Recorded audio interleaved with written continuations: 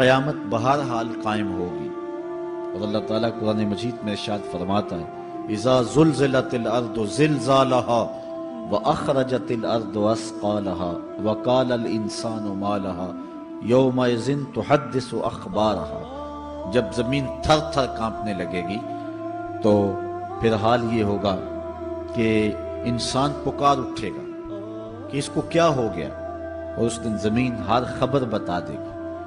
آج زمین کے جس جس گوشے اور ٹکڑے پہ بندہ داد عیش دیتا رہا ہے، گناہ کرتا رہا ہے، دروازے بند کر کے لوگوں کی نگاہوں سے چھپتا رہا ہے، لیکن قیامت کے دن زمین سلطانی گواہ بن جائے گی، اور جو کہا ہر شے سامنے آ جائے گی۔ اسی طرح جو نیکی جہاں بھی کی ہے وہ بھی قیامت کے دن سامنے آ جائے گی۔ قیامت قائم ہونے سے قبل کچھ نشانیاں ظاہر ہوں گی جو حضور علیہ السلام نے بیان فرمائی۔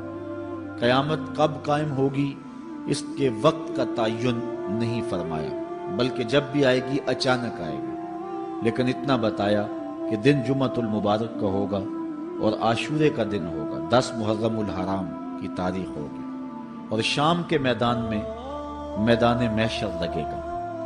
اسرائیل علیہ السلام سور پھونکیں گے اور اس کی آواز سے پہلے تو خوف پیدا ہوگا، پھر خوف بڑھتا جائے گا اور آواز بھی تیز ہوتی جائے گی۔ اس کی تیزی اور ہولناکی ایسی ہوگی کہ کانوں کے پردے پھٹنے لگیں گے، پھر اس کے بعد جو ہے وہ ہر شے اڑنے لگے گی۔ اللہ تعالیٰ جل شانہ نے سورہ الواقعہ کے اندر پہاڑوں کی حالت کو بیان کیا ہے۔ جب سور پھونکا جائے گا، قیامت واقعہ ہوگی، تو فرمایا کہ پھر تم اس طرح ہو جاؤ گے جس طرح کہ روزن سے آنے والی روشنی میں اور دھوپ میں جو باریک باریک ذرے ہوتے ہیں۔ کبھی آپ نے دیکھا ہو اندھیرے کمرے میں کسی جانب سے تھوڑا سا سوراخ اور اندر دھوپ آ رہی ہو، تو آپ ایک گوشے اور زاویے میں کھڑے ہو کے دیکھیں تو اس میں چھوٹے چھوٹے اڑتے ہوئے ذرات دکھائی دیتے ہیں۔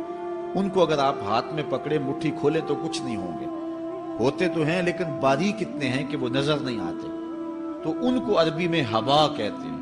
اللہ تعالیٰ ارشاد فرماتا ہے یہ بڑے بڑے پہاڑ، یہ کیٹو، یہ ماؤنٹ ایورسٹ، یہ جو ہے وہ بڑے بڑے عالی نصب پہاڑ اس طرح ریزے ریزے اور ٹکڑے ٹکڑے ہو جائیں گے جس طرح روزن کی روشنی کے اندر چھوٹے چھوٹے باریک اور مہین ذرے ہوتے ہیں، جن کو تم تھامو پکڑو تو تمہارے ہاتھ میں تمہیں دکھائی نہیں دیتے، صرف دھوپ میں دیکھتے ہو۔ تو اس طرح یہ پہاڑ اتنے باریک حصوں میں بٹ جائیں گے، وہ اتنا زوردار جھٹکا ہوگا، اور انسانوں کو وہ جھٹکا زمین سے کھینچ کے باہر لے آئے گا، جتنے بھی قبروں میں گڑے ہوئے مردے ہوں گے۔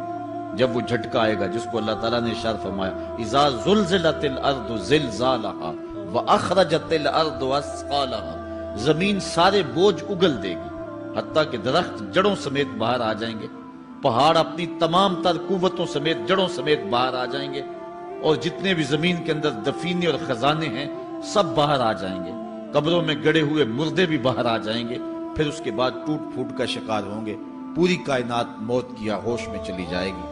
یہ قیامت کا دن بہرحال قائم ہوگا۔ کافر کہتے تھے کہ جس قیامت سے ہمیں ڈراتے ہو وہ لاؤ کہاں ہے، تو ان کے مطالبے پہ فوراً قیامت قائم تو نہیں کی جا سکتی تھی۔ اللہ تعالیٰ جل شانہ نے فرمایا محبوب ان کو کہو تم بھی انتظار کرو، میں بھی انتظار کرتا ہوں، اور جس دن کا وعدہ دیا ہے وہ تم دیکھ لو گے۔ اور سورہ الواقعہ میں ارشاد فرمایا اذا وقعت الواقعہ لیس لوقعتها کاذبہ، جس دن وہ قائم ہوگی تو پھر کوئی انکار نہیں کرے گا۔ آج موت کا انکار کوئی نہیں کرتا، کسی دھرم میں، کسی مذہب میں، کسی عقیدے میں، کسی فرقے میں، کسی گروہ میں، کسی طبقہ زندگی میں آپ موت کا انکار نہیں پاتے۔ موت ہے ہنگامہ آرا کلزم خاموش میں، ڈوب جاتے ہیں سفینے موج کی آغوش میں۔ لیکن آج موت کا انکار نہیں ہوتا، قیامت کا انکار کرنے والے لوگ بہت سارے ہیں جو کہتے ہیں یہ دنیا سب کچھ ہے۔ آج کل تو بہت سارے مسلمانوں کا انداز بھی یہ ہو گیا ہوا ہے کہ وہ قولن تو نہیں لیکن جو عملی زندگی ہے وہ اسی بات کی گواہی دے رہی ہے جس طرح سب کچھ یہی دنیا ہو اور آخرت کوئی نہیں ہے۔ رویہ، انداز، طرز زندگی اور انداز معاشرت اسی کی طرف اشارہ دے رہے ہیں اور اسی بات کی چغلی کھا رہے ہیں کہ بس یہی دنیا ہے، بابر بیش کوش کہ عالم دوبارہ نیست۔ بابر نے کہا تھا کہ جو ہے وہ عیش کر لے، زندگی سے لطف اٹھا لے، دوبارہ زندگی نہیں ہے۔ اور آج یہ بات بھی کہی جاتی ہے، یہ جہاں مٹھا اگلا کس نے ڈٹھا، اور یہ سارے قیامت کے انکار کی صورتیں ہیں۔ لیکن آج اگر کوئی مانتا یا نہیں مانتا، لیکن ایک وقت آئے گا پھر کوئی بھی انکار نہیں کر سکے گا۔ آج جو قیامت کے قیام پذیر ہونے کی تدہیق کرتا ہے اور دلائل دیتا ہے کہ یہ دن قائم نہیں ہوگا، قیامت کے دن وہ بھی انکار نہیں کر سکے گا، اس لیے کہ آنکھوں کے سامنے سب کچھ ہو جائے گا، جس طرح آج موت کا انکار نہیں ہوتا۔ تو ارشاد فرمایا جب وہ واقعہ پذیر ہو جائے گی پھر کوئی بھی اس کو جھٹلانے والا نہیں ہوگا۔ لیکن قیامت سے قبل کچھ واقعات ہوں گے جس سے لوگوں کو آگاہ کیا جائے گا کہ وہ قیامت کے آنے سے قبل اپنے اعمال سے توبہ کر لیں۔ آج تو توبہ کا دروازہ کھلا ہے، لیکن قرب قیامت میں سورج مغرب سے دوبارہ طلوع ہو جائے گا، جو ہی غروب ہوگا، غروب ہونے کے بعد دوبارہ طلوع ہو کے عصر کے وقت پہ آ جائے گا، اور پھر اس کے بعد دوبارہ غروب ہو جائے گا۔ تو یہ قیامت سے 40 سال پہلے ہوگا، اس کے بعد توبہ کا دروازہ بند کر دیا جائے گا۔ اگر کوئی توبہ کرے گا بھی تو قبول نہیں ہوگی۔ آج ہمیں موقع دیا گیا ہے کہ مرنے سے 1 سال پہلے بھی توبہ کر لیں، 1 مہینہ پہلے بھی توبہ کر لیں، موت سے 1 دن پہلے بھی توبہ کر لیں، 1 گھنٹہ پہلے بھی توبہ کر لیں، 1 لمحہ پہلے بھی توبہ کر لیں۔ اللہ تعالیٰ یہ نہیں دیکھتا کہ اس کی ساری زندگی گناہوں میں گزری ہے، وہ دیکھتا ہے میرا بندہ آخر میری چوکھٹ پہ آ گیا، وہ پچھلے سارے گناہ معاف فرما دے۔ بلکہ حضور علیہ السلام نے صحابہ کو ایک مثال سے سمجھایا کہ ایک آدمی جنگل میں سفر کر رہا تھا، اور اونٹ کے اوپر اس کا سامان بھی تھا، اس کی ضروریات زندگی بھی تھی، اس کا توشہ بھی تھا، کھانا پینا بھی تھا، خود بھی سوار تھا۔ چلتے چلتے جنگل میں کسی درخت کے ساتھ اپنا اونٹ باندھ کر کے وہ دوپہر کاٹنے کے لیے، سستانے کے لیے وہاں کچھ دیر کے لیے رکا۔ نیند آئی، تھوڑی دیر کے بعد جب آنکھ کھلی تو کیا منظر دیکھتا ہے کہ اونٹ نہیں ہے، اس کے اوپر ہی اس کا سامان ہے، زیادہ سفر ہے۔ اب صحرا میں اونٹ کا کھو جانا گویا زندگی کا کھو جانا۔ اس بات کا ادراک وہ لوگ رکھتے ہیں جنہوں نے صحراؤں کا سفر کیا ہے۔ ہمارے اگر یہاں اس شہری آبادی میں، ہمارے اس ملک میں اگر کوئی شخص جو ہے وہ قافلے سے بچھڑ جائے، پیچھے رہ جائے تو وہ بات اور ہے۔ یہاں انسانی آبادی ہے، اور جنگلوں میں، صحراؤں میں جہاں کئی کئی 100 میل تک کوئی انسانی اور حیوانی آبادی نظر نہیں آتی، تو وہاں سواری کا اور توشہ سفر کا جو ہے وہ ہٹ جانا اور جدا ہو جانا اور گم جانا، یہ سیدھی سیدھی موت ہے۔ اب اس نے دائیں بائیں بھاگ کر کے دیکھا کہ اونٹ کہیں ملے، لیکن اونٹ نہیں ملا، تو وہ دوبارہ آ کے اس درخت کے ساتھ ٹیک لگا کے بیٹھ گیا موت کے انتظار میں کہ اب توشہ سفر بھی گیا، سامان سفر بھی گیا، سواری بھی گئی، اور یہاں کوئی انسانی آبادی بھی نہیں ہے، تو اب موت کا ہی انتظار ہے۔ تو وہ موت کے انتظار میں بیٹھ گیا۔ اچانک اس کو نیند آ گئی، تھوڑی دیر کے بعد آنکھ کھلی تو اس نے کیا منظر دیکھا کہ اونٹ جو ہے وہ اس کے پاس کھڑا ہوا ہے اور ماں ساز و سامان کھڑا ہوا ہے۔ تو پھر اس کو اتنی خوشی ہوئی، اونٹ کیا ملا، زندگی مل گئی۔ اس نے کہا اللہم انت عبدی وانا ربک، اے اللہ تو میرا بندہ اور میں تیرا رب۔ کہنا اس نے یہ تھا اے اللہ میں تیرا بندہ اور تو میرا رب، لیکن فرحت و مسرت سے، وفور خوشی سے اس کی زبان بل کھا گئی، اور اسے خوشی میں ہوش ہی نہ رہا کہ میں کیا کہہ رہا ہوں۔ وہ کیا کسی نے کہا تھا کہ جب بھی تیری قربت کے امکان نظر آئے ہم اتنے خوش ہوئے کہ پریشان نظر آئے، یا وہ کسی نے کہا تھا کسی کے آنے سے ایسے ہوش اڑے ساقی کے، شراب سیخ پہ ڈالی اور بوتل میں کباب۔ تو کبھی ایسا بھی ہو جاتا ہے کہ انسان وفور مسرت کے اندر جو کہنا ہوتا ہے اس کے برعکس کوئی بات کہہ دیتا ہے، یہ اس کی خوشی کی انتہا کی کیفیت ہے۔ تو اس نے کہا اللہم انت عبدی وانا ربک، اے اللہ تو میرا بندہ اور جو ہے وہ میں تیرا رب۔ یہ جوش مسرت سے یہ بات اس کے منہ سے نکلی۔ حضور نے صحابہ کو فرمایا صحابہ بتاؤ اس بندے کو کتنی کو خوشی ہوئی ہے؟ صحابہ نے عرض کی حضور بہت زیادہ خوشی ہوئی ہے۔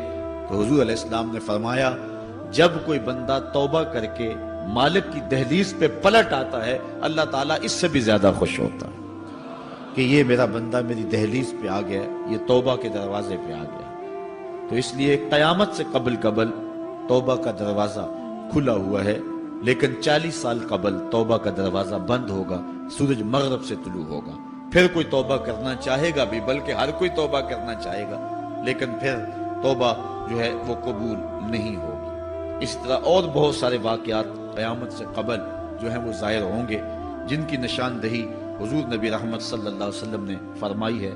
حضرت حذیفہ بن اسید انصاری رضی اللہ تعالی عنہ فرماتے ہیں کہ حضور تشریف لائے اور ہم کسی امر میں بات کر رہے تھے، تو حضور علیہ السلام نے ارشاد فرمایا کہ تم کس چیز کا تذکرہ کر رہے ہو؟ تو ہم نے عرض کی حضور ہم قیامت کے بارے میں ذکر کر رہے ہیں۔ تو حضور علیہ السلام نے ارشاد فرمایا کہ قیامت اتنی دیر تک قائم نہیں ہوگی جب تک یہ نشانیاں پوری نہ ہو لیں۔ ان میں سے ایک حضور نے دھوئیں کا ذکر فرمایا، دوسرا دجال کا تذکرہ کیا، تیسرا دابت الارض یعنی یاجوج اور ماجوج کا تذکرہ کیا کہ وہ نکلیں گے، اس طرح سورج کا مغرب سے نکلنا اس کا ذکر کیا، حضرت عیسیٰ علیہ السلام کے نزول کا ذکر کیا۔ اسی طرح حضور علیہ السلام نے زمین کا 3 جگہوں سے بیٹھ جانے کا ذکر کیا، ایک مشرق میں، ایک مغرب میں اور ایک جزیرہ عرب میں، زمین دھنس جائے گی نیچے، اس کا ذکر کیا۔ اور یمن کی جانب سے ایک آگ نکلے گی جو لوگوں کو دھکیل کر کے شام کے میدان میں لے آئے گی، اس کا تذکرہ کیا۔ فرمایا جب تک یہ نشانیاں پوری نہیں ہو جاتی اتنی دیر تک قیامت قائم نہیں ہوگی۔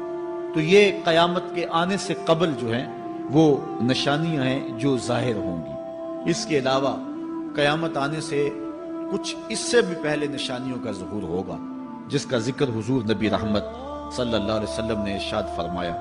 حدیث جبریل اس پہ بہت معروف ہے، جس کو حضرت عمر بن خطاب رضی اللہ تعالیٰ عنہ روایت کرتے ہیں۔ آقا کریم علیہ السلام کی خدمت میں کہتے ہیں ہم حاضر تھے کہ ایک شخص آیا کہ جس کے سیاہ کالے بال تھے اور سفید رنگ کا اس نے لباس پہنا ہوا تھا، اہل مدینہ سے وہ تھا نہیں، اور اس کے چہرے پر، لباس پر، بشرے پر آثار سفر بھی ظاہر نہیں تھے۔ اگر مقامی ہوتا تو ہم جانتے ہوتے، اور اگر باہر سے آیا ہوتا تو اس کے چہرے پر، لباس پر جو ہے وہ سفر کے آثار ہوتے۔ اس زمانے میں اس طرح کے سفر تو نہیں تھے آسانی اور سہولت والے، تو جو بھی سفر کر کے دور سے آتا تو اس کا چہرہ بتاتا یہ مسافر ہے۔ تو کہا مسافر لگتا نہیں تھا اور اہل مدینہ سے تھا نہیں۔ ہم پریشان تھے کہ یہ کون ہے، لیکن وہ آیا اور حضور علیہ السلام کی خدمت میں اپنے زانو بچھا کر کے بیٹھ گیا۔ فَأَسْنَدَ رُكْبَتَيْهِ إِلَىٰ رُكْبَتَيْهِ، اپنے دونوں گھٹنے اس نے حضور علیہ السلام کے گھٹنوں سے جوڑے اور حضور کی خدمت میں یوں ادب سے بیٹھ گیا۔ پھر اس نے حضور علیہ السلام سے اسلام کے بارے میں پوچھا، حضور علیہ السلام نے جواب دیا۔ پھر اس نے کہا بالکل آپ نے سچ فرمایا ہے۔ ہم حیران ہوئے، خود ہی سوال کرتا ہے اور خود ہی تصدیق کرتا ہے۔ پھر اس نے حضور سے ایمان کے بارے میں پوچھا، حضور نے کچھ ارشاد فرمایا ایمان یہ ہے، تو اس نے کہا بالکل صدقتا، آپ نے سچ کہا ہے۔ تو ہم پھر حیران ہوئے کہ خود ہی یہ سوال پوچھ رہا ہے اور خود ہی اس کی تائید کر رہا ہے۔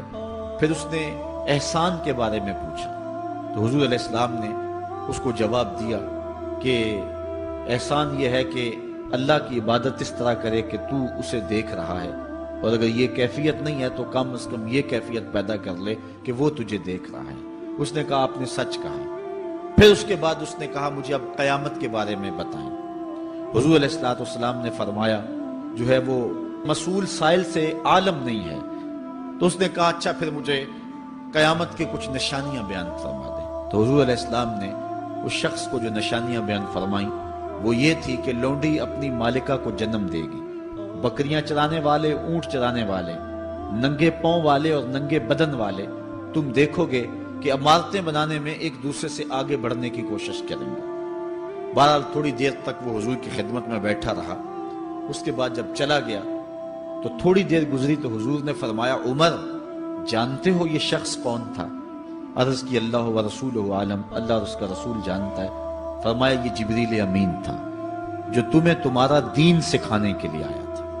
تو حضرت جبریل امین نے آ کر کے حضور سے جو 4 سوالات کیے ان میں سے ایک سوال یہ تھا قیامت کب آئے گی اور قیامت کی نشانیاں کیا ہیں؟ تو حضور نے یہ نشانیاں بیان فرمائیں کہ لونڈی اپنی مالکہ کو جنم دے گی، اور یہ نشانی اب ہمارے سامنے ہے کہ آج اولادیں اپنے جو ہے وہ ماں باپ کی آقا بنی ہوئی ہیں، بیٹی آج ماں کی حکمران بنی ہوئی ہے۔ یہ دور جس کی نشاندہی کی وہ بالکل آج ہمارے سامنے ہے۔ حضرت ابو ہریرہ رضی اللہ تعالیٰ عنہ سے ایک روایت ہے جس کو نبی رحمت صلی اللہ علیہ وآلہ وسلم سے وہ بیان کرتے ہیں۔ بینما النبی صلی اللہ علیہ وسلم یحدث اذ جاء اعرابی فقال متی الساعہ۔ حضرت ابو ہریرہ فرماتے ہیں کہ ہم حضور کی خدمت میں بیٹھے ہوئے تھے، ایک شخص حاضر ہوا، اس نے حضور سے کہا کہ حضور قیامت کب آئے گی؟ یہ سوال کیا، متی الساعہ، قیامت کب آئے گی؟ آقا کریم علیہ السلام نے اس کو جواب دیا، اذا ضیعت الامانہ فانتظر الساعہ، جب امانت کو ضائع کر دیا گیا تو سمجھ لے قیامت آ گئی۔ جب امانت کو ضائع کر دیا جائے گا تو سمجھ لے قیامت آ گئی ہے۔ قالا کیف اضاعتها، عرض کی حضور امانت کو ضائع کرنا کیا مفہوم رکھتا ہے، اس کا مطلب کیا ہے؟ تشریح پوچھی حضور سے، تو حضور علیہ السلام نے جو جواب دیا وہ سماعت کیجئے۔ قال اذا وسد الامر الى غیر اہلہ فانتظر الساعہ، فرمایا جب معاملات نااہل لوگوں کے سپرد کر دیے جائیں تو سمجھ لے کہ قیامت آ گئی۔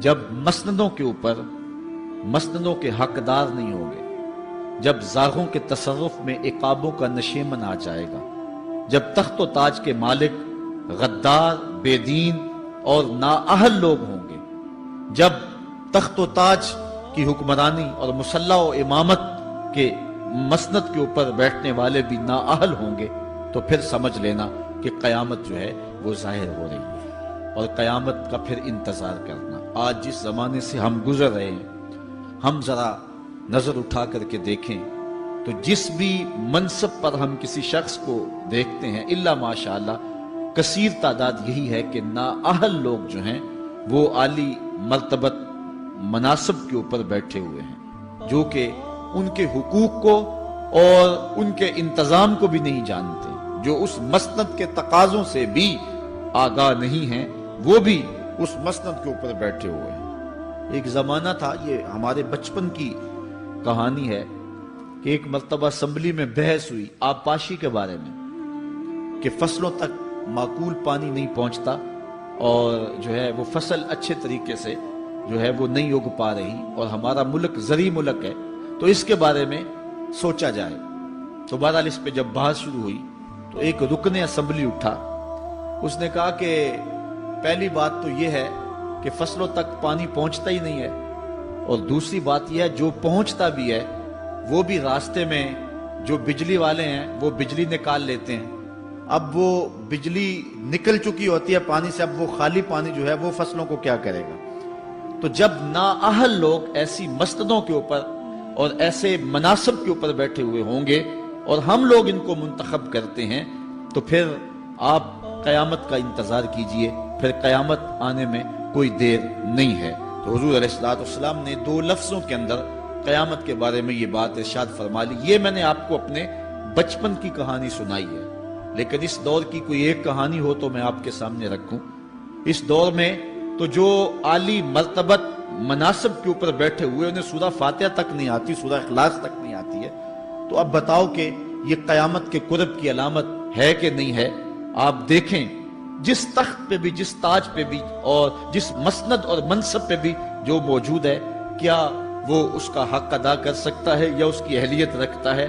وہ کیا کسی شاعر نے کہا تھا کہ ہر شاخ پہ الو بیٹھا ہے، انجام گلستاں کیا ہوگا؟ اور رومی نے اپنے زمانے میں کہا تھا کہ سگ وزیرو گرگ میرو موشرا درباں شود، این ارکان سلطنت ملک را ویراں شود۔ یہ ایک دردناک کہانی ہے، لیکن قیامت کی نشانیوں کے حوالے سے آپ اس بات کو سمجھیں اور حضور علیہ السلام کے فرمان کی روشنی کے اندر ہم اپنے حالات کا جائزہ لیں۔ حضرت انس رضی اللہ تعالی عنہ سے ایک روایت ہے، کہتے ہیں سمیت رسول اللہ صلی اللہ علیہ وسلم یقولو، میں نے حضور علیہ السلام کو فرماتے ہوئے سنا ہے۔ یہ حضرت انس رضی اللہ تعالیٰ عنہ وہ صحابی ہیں جنہوں نے 10 سال تک حضور کی نوکری کی ہے، اور کہتے ہیں 10 سال میں ایک بار بھی ایسا نہیں ہوا کہ حضور نے مجھے اف بھی کہا ہو۔ کہتے ہیں کبھی ایسا ہوتا کہ میرے ہاتھ سے کوئی برتن ٹوٹ جاتا، ازواج مطہرات جو ہیں وہ اس پہ ناراض ہونے لگتی تو حضور علیہ السلام روک دیتے، فرماتے اسے کچھ نہ کہو، اس برتن کی عمر اتنی لکھی ہوئی تھی، یہ اتنے عرصے کے لیے ہی پیدا کیا گیا تھا۔ تو آقا کریم علیہ السلام نے جو ہے وہ ازواج مطہرات کو بھی روکا کہ وہ مجھے جھڑکے نہ۔ خدمت رسول اللہ صلی اللہ علیہ وآلہ وسلم 10 سنین، میں نے پورے 10 سال حضور کی نوکری کی ہے۔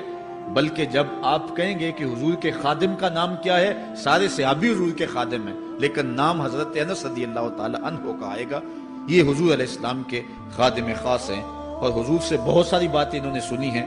تو ان باتوں میں سے ایک بات کہتے ہیں، سمیت رسول اللہ صلی اللہ علیہ وسلم یقولو، میں نے رسول کریم صلی اللہ علیہ وسلم کو کہتے ہوئے سنا، ان من اشراط الساعۃ ان یرفع العلم، قیامت کی نشانیوں میں سے ایک نشانی یہ ہے کہ علم اٹھا لیا جائے گا، جہالت پھیل جائے گی، علم اٹھا لیا جائے گا۔ آج لفظ زیادہ ہو گئے، انفارمیشن زیادہ ہو گئی، لیکن جس کو علم کہا جاتا ہے، جو مومن کے سینے کا جمال اور نور ہے، آج وہ اٹھا لیا گیا ہے۔ آج لوگ کہتے ہیں جی جتنا علم آج ہے اتنا علم پہلے تو نہیں تھا۔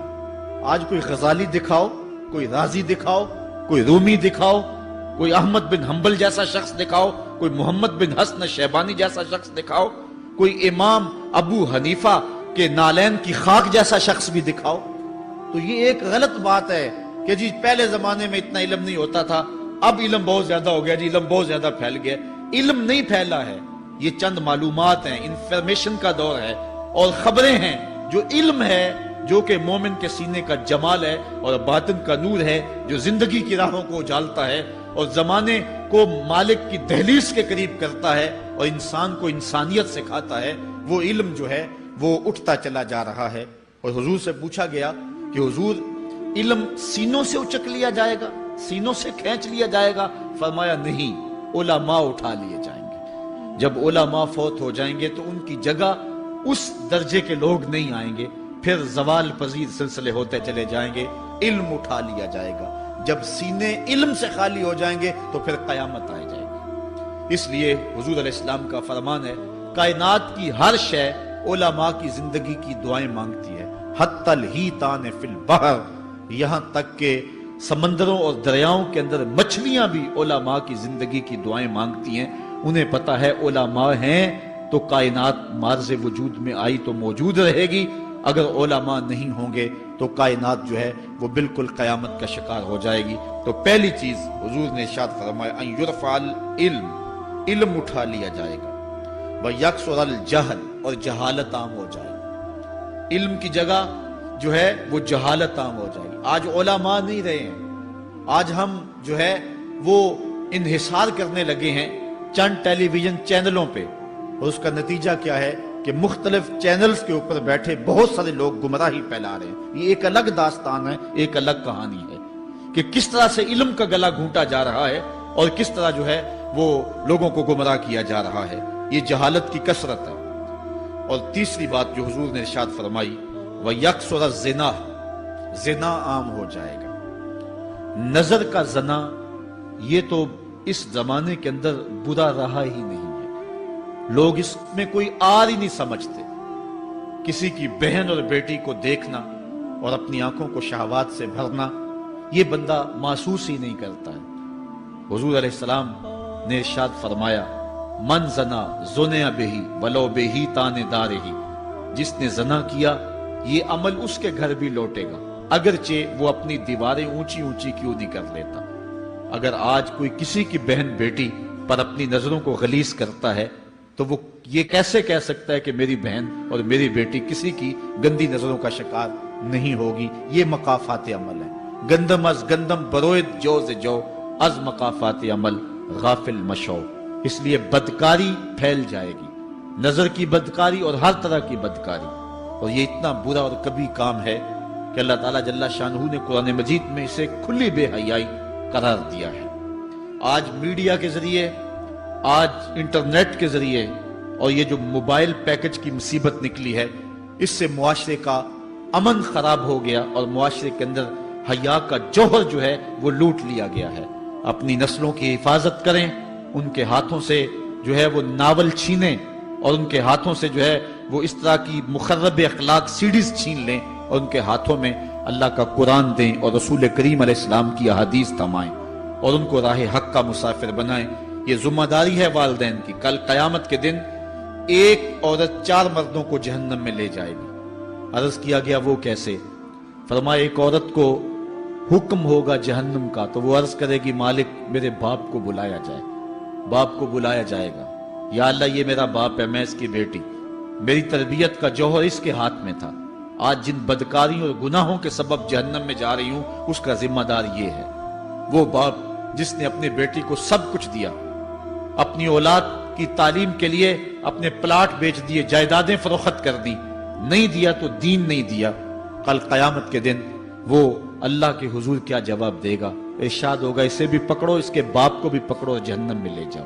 عرض کرے گی نہیں مالک میرے بھائی کو بلایا جائے۔ بھائی کو بلایا جائے گا، مالک یہ میرا بھائی ہے، میں اس کی غیرت تھی، میں جن راہوں پہ چل کر کے تیرے عتاب اور تیرے قہر و غضب کی حقدار بنی اس کا ذمہ دار یہ ہے۔ اگر یہ مجھے روکتا، اپنی آبرو کی حفاظت کرتا، اپنی ناموس کا پہرا دیتا تو میں ان راستوں کی مسافر کیسے بنتی؟ میری خرابی کا ذمہ دار یہ ہے۔ اب وہ بھائی کیا جواب دے گا جو چوکوں اور موڑوں پہ کھڑا ہو کے آنے اور جانے والی بہنوں اور بیٹیوں کو دیکھتا ہے اور یہ سمجھتا ہے کہ میری بہنیں اور میری بیٹیاں گھر میں محفوظ ہیں؟ وہ قیامت کے دن کیا جواب دے گا؟ ارشاد ہوگا اسے بھی پکڑو، اس کے باپ کو بھی پکڑو، بھائی کو بھی پکڑو، جہنم میں لے جاؤ۔ عرض کرے گی نہیں مالک میرے شوہر کو بھی بلایا جائے۔ بلایا جائے گا، مالک یہ میرا شوہر ہے اور میں اس کی بیوی، میری تربیت کا جوہر ماں باپ کے بعد اس کے ہاتھ میں تھا اور اس کے پاس طلاق کی دھمکی ایسی چیز تھی، مجھے جو چاہتا منواتا اور جس انداز میں ڈھالنا چاہتا مجھے ڈھال لیتا، لیکن اس نے مجھے کبھی راہ حق کی طرف نہیں بلایا تھا۔ وہ شوہر کیا جواب دے گا جو خود اپنے دوستوں کو چائے پہ بلا کے اور اپنی بیوی کو سامنے برہنہ منہ بٹھا کے بعد میں اس کے حسن کی داد مانگتا ہو، بتاؤ بھابی کیسی ہے؟ تو وہ کیا جواب دے گا قیامت کے دن؟ ارشاد ہوگا اس کو بھی پکڑو، اس کے باپ کو بھی، اس کے شوہر کو بھی اور اس کے بھائی کو بھی جہنم میں لے جاؤ۔ عرض کرے گی نہیں مالک میرے بیٹے کو بھی بلایا جاؤ۔ بیٹے کو بلایا جائے گا، مالک یہ میرا بیٹا ہے، میں اس کی ماں ہوں، میرے سینے میں اس کے لیے تڑپتی ہوئی ممتا تو نے رکھی تھی، یہ روٹھ جاتا تو زندگی اجاڑ ہو جاتی، جو بھی چاہتا ضد کر کے منوا لیتا، مجھے کسی کے گھر کے برتن بھی مانجنے پڑے تو میں نے اس سے بھی گریز نہیں کیا، اس کی ہر فرمائش کو پورا کیا، اپنا زیور بیچ کے اس کی تعلیم مکمل کروائی۔ اگر یہ ضد کرتا کہ امی آپ نماز نہیں پڑھتی، میں آپ کے ہاتھ کا کھانا نہیں کھاؤں گا، امی آپ یہ عمل کیوں کرتی ہیں، یہ شریعت میں جائز نہیں ہے، تو میں جو ہے وہ کھانا نہیں کھاؤں گا، تو کیا میری ممتا مجبور نہ ہو جاتی؟ اس نے ساری زندگی کیا مجھے اس کے بارے میں کوئی کہا تھا، نیکی کی طرف بلایا تھا، بدی سے روکا تھا؟ جس بیٹے نے اپنی ماں سے ہر ضد پوری کروائی ہو تو اس نے صرف دین کے بارے میں کوئی ضد نہیں کی ہے، تو وہ کل قیامت کے دن کیا جواب ہوگا؟ ارشاد ہوگا اسے بھی پکڑو، اس کے باپ کو بھی پکڑو، اس کے خاوند کو بھی پکڑو، بھائی کو بھی پکڑو، بیٹے کو بھی پکڑو اور پانچوں کو گھسیٹ کے جہنم میں لے جاؤ۔ فرمایا ایک عورت 4 مردوں کو قیامت کے دن جہنم میں لے جائے گی۔ اس لیے میں اور آپ آج دیکھ لیں کہ ہمارا آخرت کا معاملہ کیا ہونے والا ہے اور ہم نے اس دنیا کے اندر کس طرح اپنی حفاظت کرنی ہے۔ چوتھی چیز جو حضور نے ارشاد فرمائی، وَيَكْسُرَ شُرْبَ الْخَمْرِ، اور شراب پینا عام ہو جائے گا۔ یہ قرب قیامت کی علامت ہے۔ آج ہماری ایلیٹ کلاس میں اور ہمارے آیان حکومت، آیان سلطنت اور سیاستدانوں اور جو ہے وہ عالی نسب خاندان جو شمار کیے جاتے ہیں، ان میں شراب پانی کی طرح سمجھی جاتی ہے۔ اور آج ہمارے ملک کے اندر جو ہے وہ کتنے شراب خانے موجود ہیں اور کتنے ٹنوں کے حساب سے جو ہے وہ بیرون ملک سے شراب درآمد کی جاتی ہے۔ یہ قرب قیامت کی نشانی ہے کہ شراب عام ہو جائے گی۔ ایک روایت میں آتا ہے شارب الخمر کعابد الوثن، شراب پینے والا بت پوجنے والے کی طرح ہے۔ کتنا سخت فرمایا گیا، اور کل قیامت کے دن سخت رسوا ہوگا جو دنیا کے اوپر شراب پیتا رہا ہوگا۔ اللہ تعالی ہم سب کو محفوظ فرمائے۔ وَيَكِلَّ الرِّجَالِ وَيَكْسُرُ النِّسَاءَ، اور ایک نشانی حضور نے یہ ارشاد فرمائی کہ مرد تھوڑے ہو جائیں گے اور عورتیں زیادہ ہو جائیں گی۔ ایک تو عورتوں کی افزائش زیادہ ہوگی، اور دوسری بات مختلف ہنگاموں میں، حادثات میں اور جنگوں میں مرد قتل کر دیے جائیں گے اور عورتیں زیادہ ہو جائیں گی، یہاں تک کہ حضور نے فرمایا حتی یکونا لخمسین امراتن القیم الواحد، یہاں تک کہ 50 عورتوں کا ایک مرد منتظم ہوگا۔ 50 عورتیں ہوں گی اور کمانے والا صرف ایک مرد ہوگا۔ یہ قرب قیامت کے حالات ہیں جو حضور نے بیان کیے۔ حالات اس طرف بڑھ رہے ہیں اور ایک وقت وہ آنے والا ہے کہ بالکل جو حضور نے فرمایا وہ چیزیں سامنے آئیں گی۔ حضرت ابو سعید خدری رضی اللہ تعالی عنہ سے ایک روایت سنیے۔ حضور نے ارشاد فرمایا، مجھے قسم ہے اس رب کی جس کے قبضے میں میری جان ہے، اتنی دیر تک قیامت نہیں آئے گی، یہ وقت بھی آئے گا کہ جانور انسان سے باتیں کریں گے، انسان ان کی بولی سمجھے گا اور وہ ان سے باتیں کریں گے۔ وَحَتَّى تُكَلِّمَ الرَّجُلَ عَزْبَةُ صَوْتِهِ، اور اس کے کوڑے کی جو رسی ہے، اس کا جو پھندنا ہے، وہ بھی انسان سے باتیں کرے گا۔ وَالشِّرَاقُ نَالِهِ، اور اس کے جوتے کا تسمہ بھی اس سے بات کرے گا۔ یخبر فخذہ بما احدث اہلہ بعدہ، اس کا گھٹنا اس کو بتا دے گا اس کے بعد میں اس کے گھر والوں نے جو باتیں کی۔ یہ حالات پیدا ہو جائیں گے۔ آج موبائل اور جدید ٹیکنالوجی آ رہی ہے تو اس بات کو سمجھنا مشکل نہیں ہے۔ اس زمانے کے اندر جبکہ ان چیزوں کا تصور بھی نہیں تھا، صحابہ نے پھر بھی یقین کیا کہ ہوگا، حضور نے کہا ہے اور آگے بیان کیا۔ اور آج تو حالات نظر آ رہے ہیں کہ بالکل جو حضور نے بتایا وہ سب کچھ جو ہے وہ ہونے والا ہے۔ حضرت ابو ہریرہ رضی اللہ تعالی عنہ سے ایک روایت ہے۔ یہ وہ صحابی ہیں جنہوں نے سب سے زیادہ حضور علیہ السلام کے فرامین امت تک پہنچائے ہیں، کثرت کے ساتھ حضور کی صحبت کا دور پایا اور اصحاب صفہ میں سے تھے، زندگی کا ایک ایک لمحہ حضور کی قربت میں گزارا۔ حضرت ابو ہریرہ رضی اللہ تعالیٰ عنہ فرماتے ہیں کہ رسول کریم صلی اللہ علیہ وسلم نے ارشاد فرمایا، اذا اتخذ الفیء دیوالا، جب مال غنیمت کو، جب سرکاری خزانے کو اپنی ذاتی دولت سمجھا جائے گا، اس میں تصرف کیا جانے لگے گا۔ سرکاری خزانے میں لوگ جس طرح چاہیں گے تصرف کریں گے، ایک زمانہ آئے گا اور وہ دیکھ لو بالکل ہمارے سامنے۔ والامانۃ مغنما، اور امانت کو مال غنیمت سمجھا جائے گا۔ جس طرح غنیمت بندہ استعمال کرتا ہے وہ امانت کو اس طرح غنیمت سمجھے گا اور اس کو جو ہے وہ غصب کر جائے گا۔ والزکوٰۃ مغرما، اور زکوٰۃ کو ٹیکس سمجھے گا، مجبور ہو کے دے گا، وہ زکوٰۃ دینا چاہے گا ہی نہیں۔ اور آج کتنے لوگ ہیں جو زکوٰۃ نہیں دیتے؟ اگر لوگ صحیح طور پہ زکوٰۃ ادا کر دیں اور زکوٰۃ کے جو حقدار ہیں ان تک پہنچے تو پاکستان میں صرف 1-2 سالوں کے اندر غربت ختم ہو جائے۔ اتنی دولتیں ہیں لوگوں کے پاس، اتنی جائیدادیں ہیں لوگوں کے پاس۔ ایک تو سارے لوگ زکوٰۃ ادا نہیں کرتے، دوسرا یہ ہے حقداروں تک نہیں پہنچتی۔ پیشہ ور مانگنے والے اور اس موسم کے اندر جو ہے وہ اپنے آپ کو غریب ظاہر کر کے اور مختلف اپنی مجبوریاں ظاہر کر کے مال ہتھیانے والے بہت سارے ہیں، اور زکوٰۃ دینے والا کہتا ہے میں جلدی جلدی فارغ ہو جاؤں۔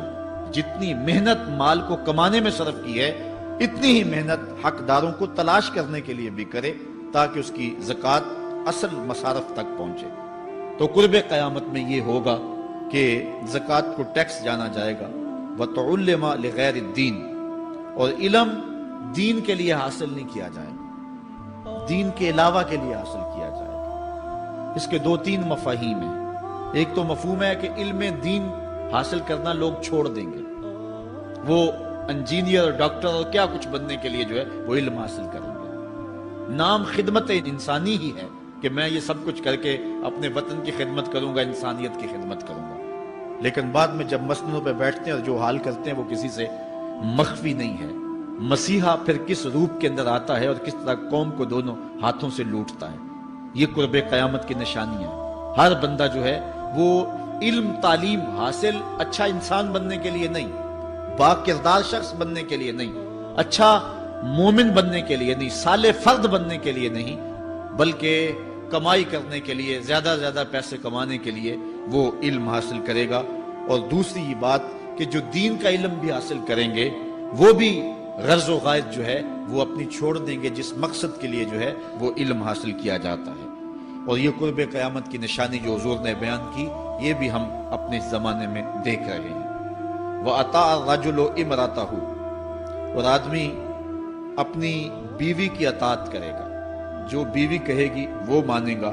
وَأَقَّ أُمَّهُ، اور ماں کو آگ کر دے گا، ماں کی پرواہ نہیں کرے گا، ماں کی نافرمانی کرے گا، بیوی کی بات کو ترجیح دے گا اور ماں کی بات جو ہے اس کو ثانوی حیثیت دے گا۔ بہت بدبخت تو ایسے ہیں کہ جو ماں باپ کو ویسے ہی دقیانوسی کا تانا دے کے کہتے ہیں تمہیں تو پتہ ہی نہیں کسی بات کا دنیا کہاں چلی گئی، اور ان کی کسی بات کو، کسی مشورے کو اور کسی حکم کو کوئی ترجیح نہیں دیتے۔ لیکن جب بیوی اور ماں دونوں کا حکم مقابلے میں آ جائے تو اس وقت وہ بیوی کے حکم کو ترجیح دیں گے۔ یہ قرب قیامت کی علامت ہے جو کہ ہم واضح طور پہ اپنے معاشرے میں دیکھ رہے ہیں۔ وَأَدْنَا صَدِيقَهُ وَأَقْصَى أَبَاهُ، دوست قریب ہوں گے، باپ دور ہوگا۔ دوستوں کو قربت دی جائے گی، ان کے ساتھ بیٹھنا اٹھنا بھی ہوگا، کھانا پینا بھی ہوگا، گپ شپ بھی ہوگی۔ دوست ایک بیل دے تو بندہ دوڑا جائے گا دوست کی پکار پہ، لیکن ماں باپ جو مرضی کہیں تو ماں باپ کی بات کو کوئی ترجیح نہیں دی جائے گی۔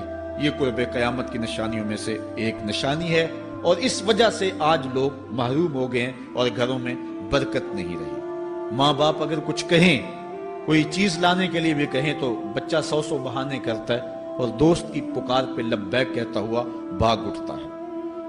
وَظَهَرَتِ الْأَصْوَاتُ فِي الْمَسَاجِدِ، مسجدوں میں لڑائیاں ہوں گی، مسجدوں میں جو ہے وہ آوازیں بلند ہوں گی لڑائیوں کی، ایک دوسرے سے الجھاؤ پیدا ہو جائیں گے۔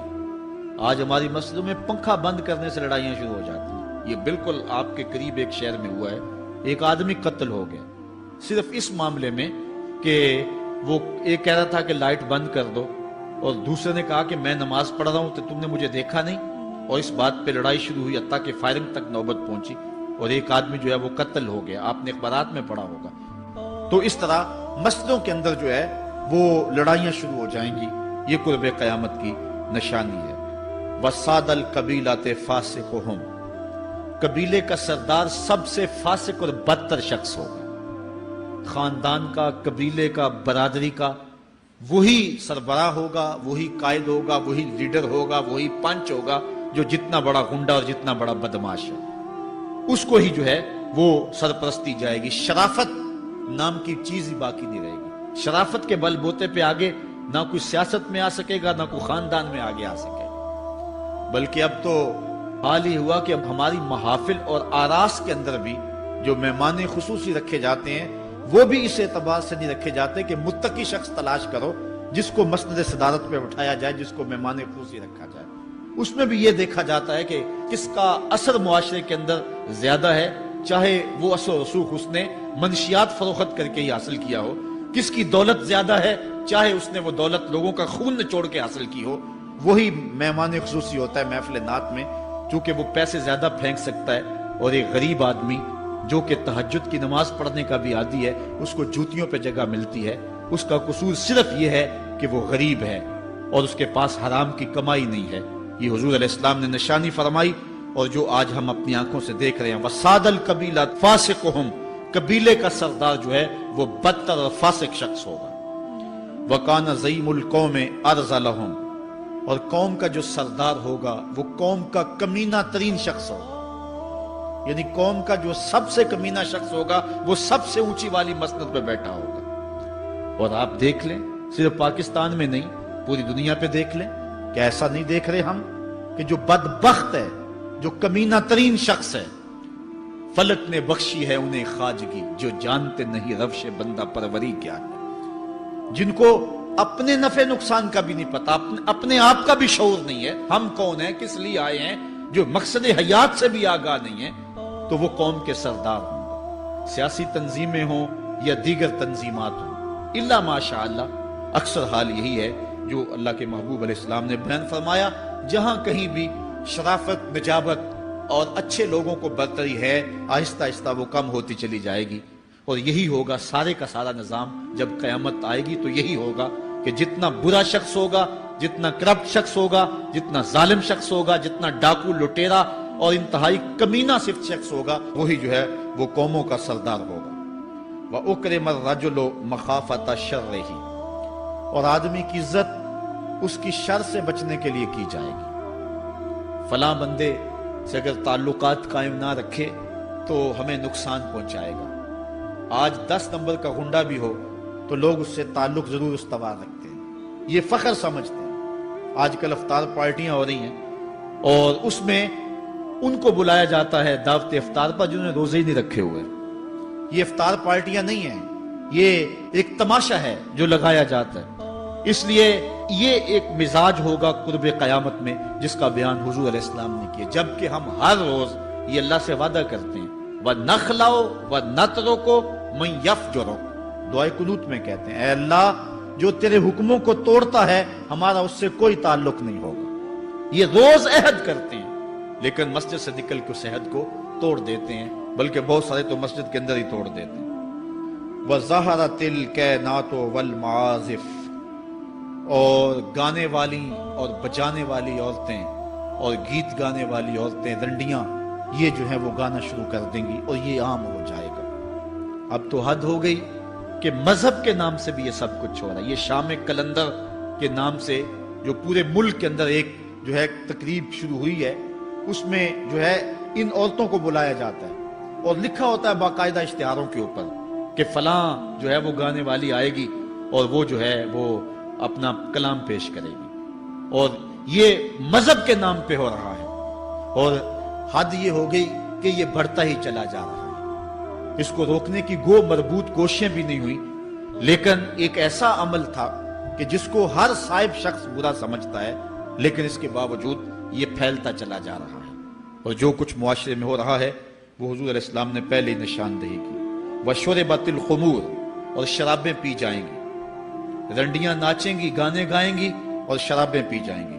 وَلَعَنَ آخِرُ هَذِهِ الْأُمَّةِ أَوَّلَهَا، اس امت کے بعد میں آنے والے لوگ پہلے گزروں پر لعنت کریں گے۔ کہیں انہیں تو پتہ ہی نہیں ہے۔ پاکستان کے اندر باقاعدہ آرٹیکل چھپے اخبارات میں کہ محمد بن قاسم جو ہے وہ ڈاکو تھا، سلطان محمود غزنوی لٹیرا تھا، یہ مضامین شائع ہوئے۔ صحابہ کو گالیاں نہیں دی جا رہی، کتنے لوگ ہیں جو صحابہ کو برا بھلا کہتے ہیں، اور حضور علیہ السلام کے والدین طیبین جن کی وساطت سے یہ درے اور گوہر شاہوار ہمیں نصیب ہوا، ان والدین کو ممبروں پہ بیٹھ کے کیا جہنمی نہیں کہا جا رہا؟ تو یہ وہ زمانہ، کیا امام حسین کو باغی نہیں کہا جا رہا؟ پہلے لوگ اندر داخل ہو کے کرتے تھے اور کتابچے چھاپتے تھے، اب آہستہ آہستہ ممبروں پہ بھی آ گئے اور یہ بات کہی جانے لگی ہے۔ اس پر باقاعدہ اجتماعات منعقد ہوتے ہیں، اس پہ کہا جاتا ہے۔ ایک ٹی وی چینل کے اوپر یزید کو جو ہے وہ رحمت اللہ تعالی علیہ کہا گیا، کیا کچھ نہیں ہوا؟ یہ سب کچھ آپ کے سامنے ہے، یہ حضور نے بیان فرمایا، یہ ہونا تھا۔ آقا کریم علیہ السلام نے ارشاد فرمایا وہ وقت آئے گا کہ جو آخر والے ہوں گے وہ سمجھیں گے کہ ہم ہی جو ہے وہ دیندار ہیں، ہمیں دین کا ٹھیکہ، اور پچھلوں پر لعنت بھیجیں گے کہ انہیں کیا پتا تھا دین کا۔ آج پچھلوں کے عقائد پر حملے ہو رہے ہیں اور انہیں مشرک کہا جا رہا ہے۔ میں نے ایک دن کہا تھا یہ بڑے زور سے کہا جاتا ہے جو یا رسول اللہ کہے وہ مشرک ہو جاتا ہے۔ میں نے کہا دیکھو اس فتوے کا اثر کہاں تک جاتا ہے۔ حضور علیہ السلام کے سارے صحابی آقا کریم علیہ السلام کی موجودگی کے اندر بھی، اور پھر دیکھیے مسلمہ کذاب کے مقابلے میں جو جنگ لڑی گئی، اس جنگ کے اندر حضرت خالد بن ولید نے لکھا کہ کافر بھی اللہ اکبر کا نعرہ لگاتے ہیں، ہم بھی اللہ اکبر کا نعرہ لگاتے ہیں، فرق ہی نہیں معلوم ہوتا اپنا کون سا ہے اور بیگانہ کون سا ہے۔ تو حضرت صدیق اکبر نے لکھا کہ جب وہ اللہ اکبر کا نعرہ لگائیں تم اس کے جواب کے اندر یا محمد آہو کا نعرہ لگاؤ۔ وَقَانَ شِعَارُ الْمُسْلِمِينَ يَوْمَئِذٍ یا محمد آہو، اس دن مسلمانوں کا شعار ہی یہ تھا، جو یا محمد یا رسول اللہ کہتا تھا وہی مومن مانا جاتا تھا، باقی کو تہہ تیگ کر دیا جاتا تھا۔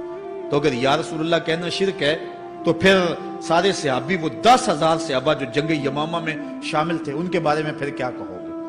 پھر حضرت زین العابدین کے بارے میں کیا کہو گے جو کربلا کے میدان میں مدینے کی طرف منہ کر کے کہہ رہے ہیں یا رحمت للعالمین ادرک لزین العابدین؟ پھر حضرت زینب کے بارے میں کیا کہو گے؟ یا محمد آہو یا محمد آہو ھذا حسین مزمل بالدماء، جو کربلا میں کھڑا ہو کے کہہ رہی ہیں اے میرے نانا حضور، اے محمد عربی، آپ کے حسین کو دیکھو خون میں نہا گیا ہوا ہے۔ تو پھر کیا یہ فتویٰ تمہارا کہاں تک پہنچے گا؟ نہ صحابہ بچیں گے، نہ اہل بیت بچیں گے، اور نہ اولیاء امت بچیں گے، جنہوں نے کہا تھا یا رسول اللہ انظر حالنا یا حبیب اللہ اسمع قالنا۔ تو یہ قیامت کی نشانیاں ہیں کہ اگلے جو ہیں وہ پچھلوں پر لعنتیں بھیجیں گے، ان کو برا بلا کہیں گے، صحابہ کو گالیاں، اہل بیت کو گالیاں، نواسب میں کیا کچھ نہیں کیا ہے۔ اور آج بھی جو دنیا کے اوپر ناسبی ہیں وہ اہل بیت کے بارے میں کیا کیا زبان استعمال نہیں کرتے، حضور کے والدین کے بارے کیا کچھ نہیں کہا جاتا۔ تو تو یہ سب کچھ ہونے والا ہے جو حضور علیہ السلام نے بیان کیا، کچھ ہو رہا ہے اور کچھ تم دیکھو گے اپنی آنکھوں کے سامنے۔ پھر ارشاد فرمایا فَارْتَقِبُوا عِنْدَ ذَلِكَ رِيحًا حَمْرَاءَ وَزَلْزَلَةً وَخَسْفًا وَمَسْخًا وَقَذْفًا وَآيَاتٍ تُتَابِعُ كَنِظَامٍ قُطِعَ سِلْكُهُ فَتُتَابِعُ۔ فرمایا کہ پھر جب یہ حالات ہوں گے اور یہ پوری طرح حالات معاشرے میں پیدا ہو جائیں گے تو پھر سرخ آندیاں آئیں گی، پھر انتظار کرنا سرخ آندیوں کا، وَزَلْزَلَةً اور زلزلے کا انتظار کرنا، وَخَسْفًا وَمَسْخًا وَقَذْفًا اور دھنسنے کا انتظار کرنا، اوپر سے پتھروں کے نازل ہونے کا اور شکلوں کے بگڑنے کا انتظار کرنا۔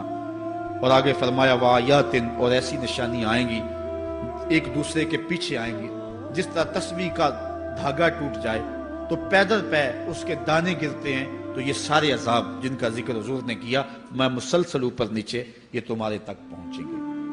حضرت انس رضی اللہ تعالیٰ عنہ سے ایک اور روایت لیتے ہیں، حضور علیہ السلام نے ارشاد فرمایا لا تقوم الساعۃ حتی یتقارب الزمان فتکون السنۃ کالشہر والشہر کالجمعہ وتکون الجمعۃ کالیوم ویکون اليوم کالساعۃ وتکون الساعۃ کالدرمۃ بالنار۔ فرمایا جب قیامت آئے گی اتنی دیر تک قائم نہیں ہو سکتی جب تک زمانے مختصر نہیں ہو جائیں گے، زمانے سمٹ نہیں جائیں گے، حتیٰ کہ سال مہینے جتنا ہو جائے گا، اور مہینہ ایک جمعۃ المبارک جتنا ہو جائے گا، اور ایک جمعہ ایک دن جتنا ہو جائے گا، اور ایک دن ایک گھڑی جیسا ہو جائے گا، اور ایک گھڑی ایسے ہوگی جس طرح آگ کا شعلہ جلایا اور وہ بجھ گیا۔ اور آج آپ دیکھ نہیں رہے کہ دن کتنی جلدی گزرتا۔ کسی زمانے میں ہم گرمیوں کی چھٹیاں کاٹتے تھے تو گزرتی نہیں ہوتی تھی گرمیوں کی چھٹیاں، لیکن آج آپ دیکھیں یہ دوپہر نہیں گزرتی ہوتی تھی۔ رمضان المبارک گرمیوں کے روزے جب ہمارے بچپن میں آئے تھے تو دوپہر نہیں گزرتی ہوتی تھی، لیکن آج وہی گرمیاں ہیں، لیکن ادھر سے سورج طلوع ہوتا ہے ادھر سے غروب ہو جاتا ہے۔ وقت سمٹ گئے، زمانے سمٹ گئے، اور یہ قرب قیامت کی نشانیاں ہیں۔ خرابی اتنی زیادہ ہوگی، حضور نے ارشاد فرمایا حضرت ابو ہریرہ سے ہے، آدمی گزرے گا اور ایک پرانی سی قبر دیکھے گا اور کہے گا وَيَقُولُ يَا لَيْتَنِي كُنْتُ مَكَانَ صَاحِبِ هَذَا الْقَبْرِ وَلَيْسَ بِهِ الدِّينُ إِلَّا الْبَلَاءُ۔ فرمایا انسان قبر کے قریب سے گزرے گا تو گزرتے ہوئے وہ ٹھنڈی آہ بھر کے کہے گا کاش کہ اس قبر کا مکین میں ہوتا، اور فرمایا دین سوائے آزمائش کے اور کچھ نہیں رہ جائے گا۔ یہ قرب قیامت کی وہ نشانیاں ہیں جو حضور علیہ السلام نے بیان کی۔ ایک اور نشانی حضور علیہ السلام نے بیان فرمائی کہ قرب قیامت کے اندر دین کا کام بھی درہم و دینار سے ہوگا۔ اس کے دو مفاہیم ہیں۔ ایک مفہوم تو یہ ہے کہ دین کا کام کرنے والے بھی پیسے ٹگے کے بغیر جو ہے وہ ایک قدم نہیں چلیں گے۔ کیا آج 2-2 3-3 لاکھ روپے نعت پڑھنے کے نعت خواں وصول ہم سے نہیں کر رہے؟ اور آج جو ہے وہ کیا دین کوڑیوں کے عوض بیچا نہیں جا رہا؟ آج گھر نکلنے سے قبل طے نہیں کیا جاتا کتنے اب دو گے، کتنے واپسی پہ دو گے اور کتنے اوپر نچھاور کرو گے؟ دین کیا کوڑیوں کے عوض اور پیسے کے عوض بیچا نہیں جا رہا؟ ایک اس کا مفہوم یہ ہے، اور دوسرا مفہوم اس کا یہ ہے قرب قیامت میں اگر کوئی دین کا کام کرنا بھی چاہے گا تو درہم و دینار کے بغیر نہیں ہو سکے گا۔ یعنی اس کو ضرورت ہوگی کہ میرے پاس مال ہو، حالات ہوں اور میں دین کا کام کروں۔ اگر اس کے پاس حالات نہیں ہوں گے تو دین کا کام اس کے لیے کرنا مشکل ہو جائے گا۔ جس طرح کسی زمانے میں علماء برگد کی چھاؤں میں بیٹھ کے اور لوگ ان کے پاس بھی آ گئے، کوئی وسائل کی ضرورت نہیں تھی، وہ پڑھا سکتے تھے، لوگ بیٹھ گئے۔ امام محمد بن حسن الشیبانی جب پڑھانے بیٹھے تو آپ کی مجلس میں جو لوگ آ کے سیکھتے تھے وہ تعداد ان کی تو بہت ساری تھی، لیکن جو باقاعدہ آپ کی باتوں کو لکھتے تھے وہ 4000 لوگ تھے۔ 4000 کلمے اور دواتیں حضرت امام محمد بن حسن شیبانی کی مجلس کے اندر پڑی ہوا کرتی تھی، اور باقی جو لوگ تھے حضرت غوث اعظم سیدنا شیخ عبد القادر جیلانی علیہ رحمہ آپ جب تشریف لائے، ملا علی قاری نے نزہۃ الخاطر الفاطر فی مناقب شیخ عبد القادر میں لکھا ہے کہ آپ کی ایک ایک مجلس کے اندر 70-70 ہزار لوگوں کا اجتماع ہوا کرتا۔ آج تھوڑے لوگ اکٹھے ہو جائیں تو ہم خوش بھی ہوتے اور حیران بھی ہوتے ہیں، اتنے لوگ اکٹھے ہو گئے۔ میاں ضرورت ہے لوگوں کی کہ وہ دین سیکھیں، وہ جائیں ایسی مجالس کے اندر، لیکن لوگ سمٹ جائیں گے نہیں جائیں گے۔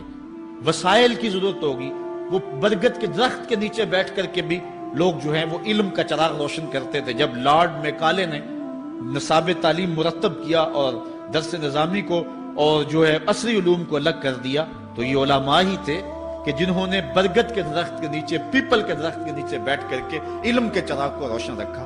لیکن آج اگر تم ایسا کرنا چاہو گے تو کیا ممکن ہوگا کہ اس چراغ کو تم روشن رکھ لو؟ آج وسائل کی بہر صورت ضرورت ہے، اور آج سے صدیوں قبل علماء نے یہ فتویٰ دیا تھا کہ صدقہ کرنا، زکوٰۃ ادا کرنا یا دیگر امور خیر میں خرچ کرنا بڑا نیکی کا کام ہے، لیکن سب سے بڑا نیکی کا کام اس دور کے اندر آج سے قبل علماء نے فتویٰ دیا تھا کہ دین کے طالب علموں پہ خرچ کرنا ہے۔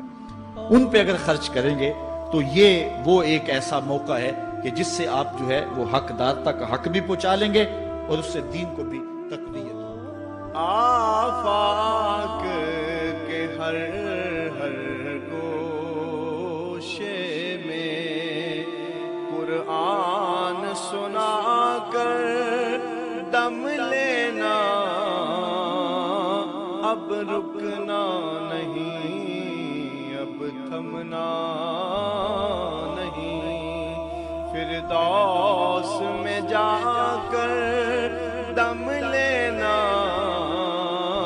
آفاق کے ہر گوشے میں قرآن سنا کر دم لینا، اب رکنا نہیں، اب تھمنا نہیں۔ بسم اللہ الرحمن الرحیم۔ ہم جوہد و عظیمت کے راہی، ہم جوہد و عظیمت کے راہی، منزل پہ جا کر دم لیں گے، میدان عمل میں نکلے ہیں، میدان عمل میں نکلے ہیں، باطل کو مٹا کر دم لیں گے، ہم جوہد و عظیمت کے راہی، منزل پہ جا کر دم لیں گے، آفاق کے ہر گوشے میں، آفاق کے ہر گوشے میں قرآن سنا کر دم لیں گے، اب رکنا نہیں، اب تھمنا نہیں، اب رکنا نہیں، اب تھمنا نہیں، فردوس میں جا کر دم لیں گے، ہم جوہد و عظیمت کے راہی، منزل پہ جا کر دم لیں گے، میدان عمل میں نکلے ہیں، باطل کو مٹا کر دم لیں گے۔ اس دارالعلوم کی ایک ایک اینٹ میں پیار بھرا ہوا ہے، درد بھرا ہوا ہے، تو اس کے لیے دعا گو رہیں، اپنے تعاون سے بھی نوازتے رہیں۔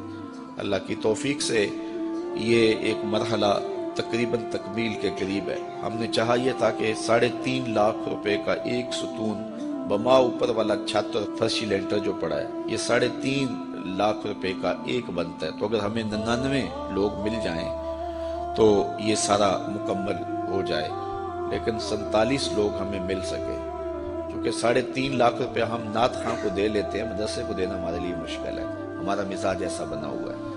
تو پورے ملک کے اندر اتنے لوگ ملے، اللہ ان کے رزق میں بے پناہ برکتیں عطا۔